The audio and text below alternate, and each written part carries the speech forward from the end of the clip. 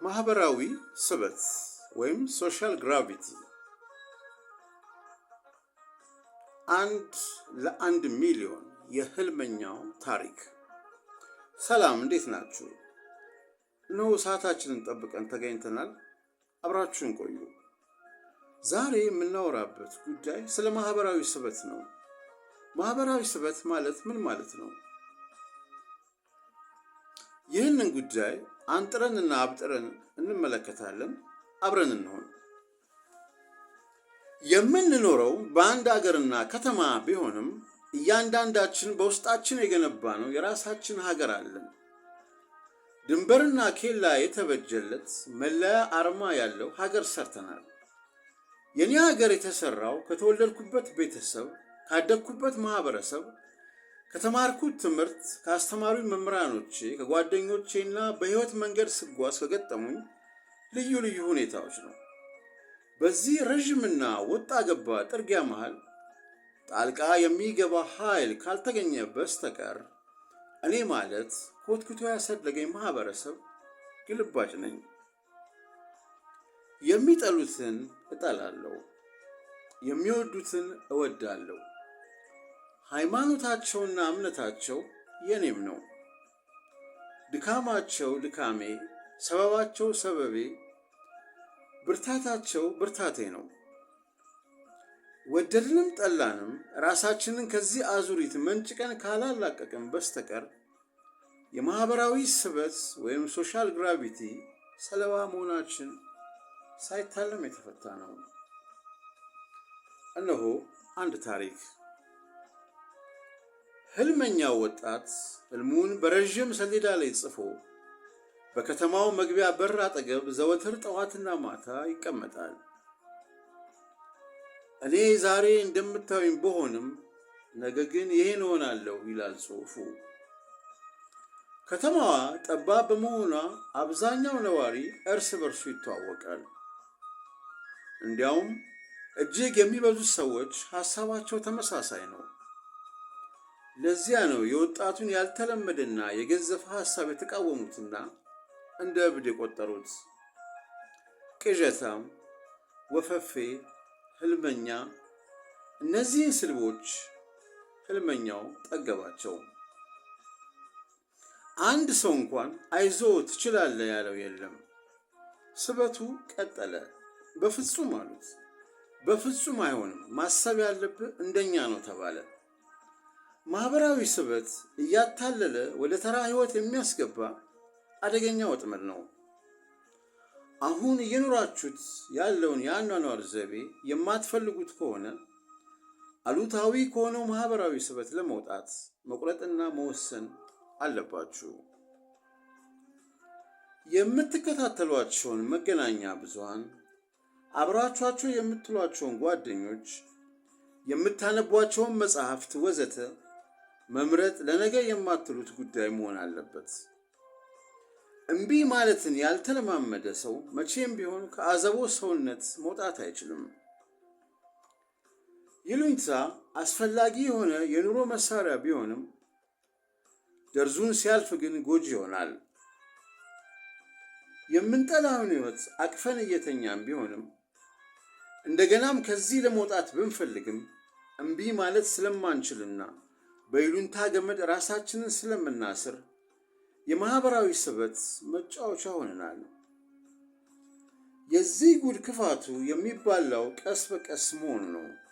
ቤተሰብ የመረቀው፣ አካባቢው የወደደው እያስባለ ጊዜ ከሄደ በኋላ እናንተ እዚህ ህልማችሁ ደግሞ ወዲያ ማዶ በጸጸት ትተያያላችሁ። እናንተ ራሳችሁ በሆነ መንገድ ራሳችሁን አይሆንምና እምቢ ማለትን ካላለማመዳችሁትና ካላስገደዳችሁት በስተቀር አእምሯችሁ ለማህበራዊ ስበት አዎንታዊ ምላሽ ለመስጠት ፈጣን ነው። በመረጃ ላይ ለተመሰረተው የሰው ለሰው ግንኙነትና ትስስሮችም እንዲሁ።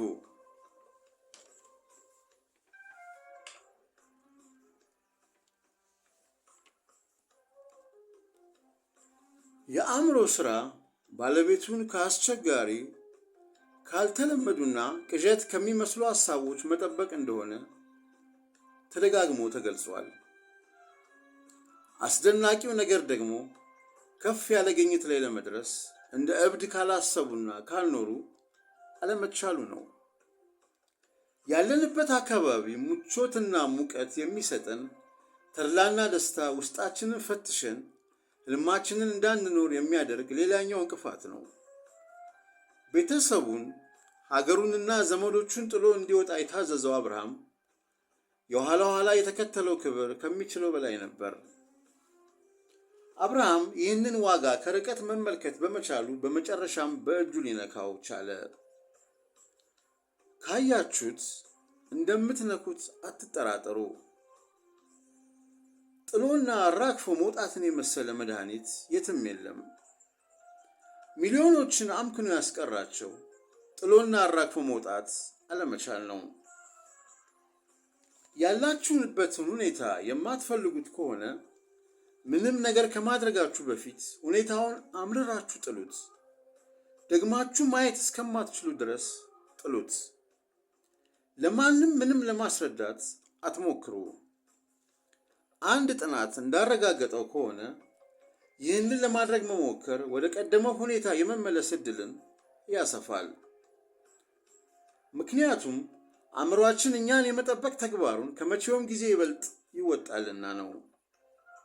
ወደ ለመድነው ወደሚቀልን የእኛን ጥረት ሳይጠይቅ እንዲሁ በራሱ ወደሚሆነው አውቶፓይለት የዕለት ተዕለት ተግባራችን እንድንመለስ ያግባባናል። ስለዚህ የእናንተን እውነት ሌሎች እንዲቀበሏችሁና ቡራካቸውን እንዲሰጧችሁ አትጠብቁ። በዝምታ ነጋችሁን ስሩት።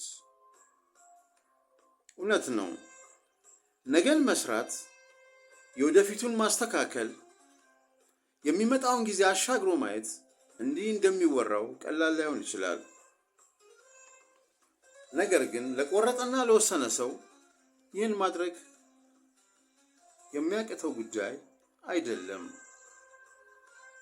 በመጀመሪያ ደረጃ ተረጋግተን ያለንበትን ሁኔታ እንመርምር፣ እንፈትሽ። ይህንን ሁኔታ እንወደዋለን? ከእኛስ ጋር ያለው ትስስሮች ምን ያህል ነው? ጥለነው ብንወጣ የሚጎዳው ማን ነው? እኛ፣ ሁኔታው ወይስ ሌሎች?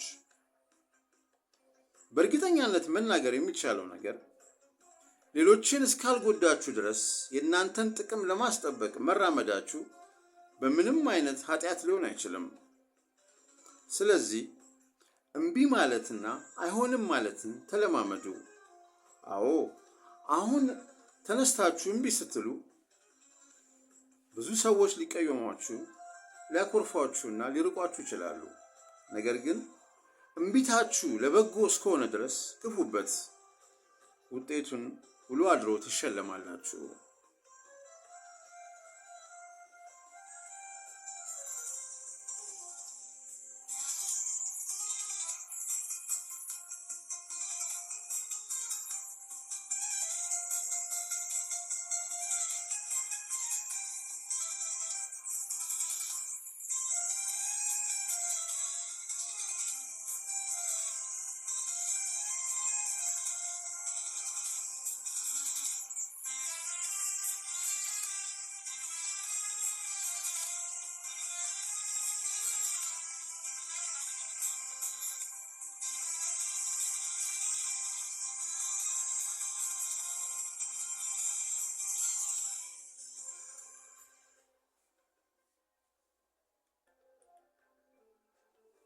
የዛሬውን ዝግጅት በዚሁ አበቃን።